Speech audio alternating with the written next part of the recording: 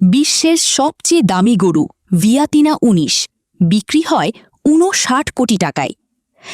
আসন্ন ঈদুল আজহাকে কেন্দ্র করে বাংলাদেশে যখন পশুর হাটে গরু কেনাবেচা জমজমাট, তখন বিশ্বের সবচেয়ে দামি গরুর খবরটি চমকে দিয়েছে সবাইকে।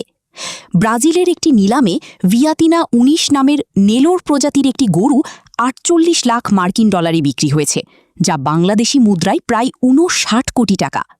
এই আকাশচুম্বী দামের কারণে গরুটি গিনেস ওয়ার্ল্ড রেকর্ডে বিশ্বের সবচেয়ে দামি গরু হিসেবে জায়গা করে নিয়েছে।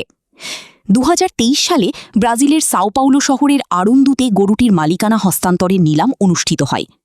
১১০১ কেজি ওজনের এই গরুর আংশিক মালিকানা শুরুতে $১৪,৪০,০০০ বিক্রি হয়েছিল। পরবর্তীতে সব মিলিয়ে গরুটির মোট বাজার মূল্য $৪৩,৮০,০০০ ছাড়িয়ে $৪৮ লাখ গিয়ে ঠেকে। কেন এত দাম? চোখ কপালে তুলে দেওয়া এই দামের পেছনে রয়েছে নেলোর প্রজাতির গরুর বিশেষ কিছু জিনগত বৈশিষ্ট্য ও গুণাবলী।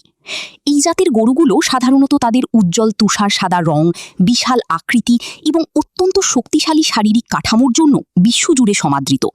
এদের জিনগত মান অত্যন্ত উন্নত হওয়ায় প্রজনন ও দুগ্ধ উৎপাদনে এদের গুরুত্ব অপরিসীম। এছাড়া এদের দুধের পুষ্টিগুণ সাধারণ জাতের গরুর তুলনায় অনেক বেশি। উৎপত্তি ও ইতিহাস। নেলোর প্রজাতির এই গরুর মূল উৎপত্তিস্থল কিন্তু ভারত। অন্ধ্রপ্রদেশের নেলোর জেলার নামানুসারেই এই প্রজাতির নামকরণ করা হয়েছে। ১৮৬৮ সালে প্রথম একজোড়া নেলোর গরু জাহাজে করে ব্রাজিলে নিয়ে যাওয়া হয়। এরপর দেশটিতে এদের সংখ্যা দ্রুত বৃদ্ধি পায় এবং বর্তমানে নেলোর গরু ব্রাজিলের গবাদি পশু খাতের অন্যতম প্রধান ও গুরুত্বপূর্ণ জাত হিসেবে পরিচিতি পেয়েছে।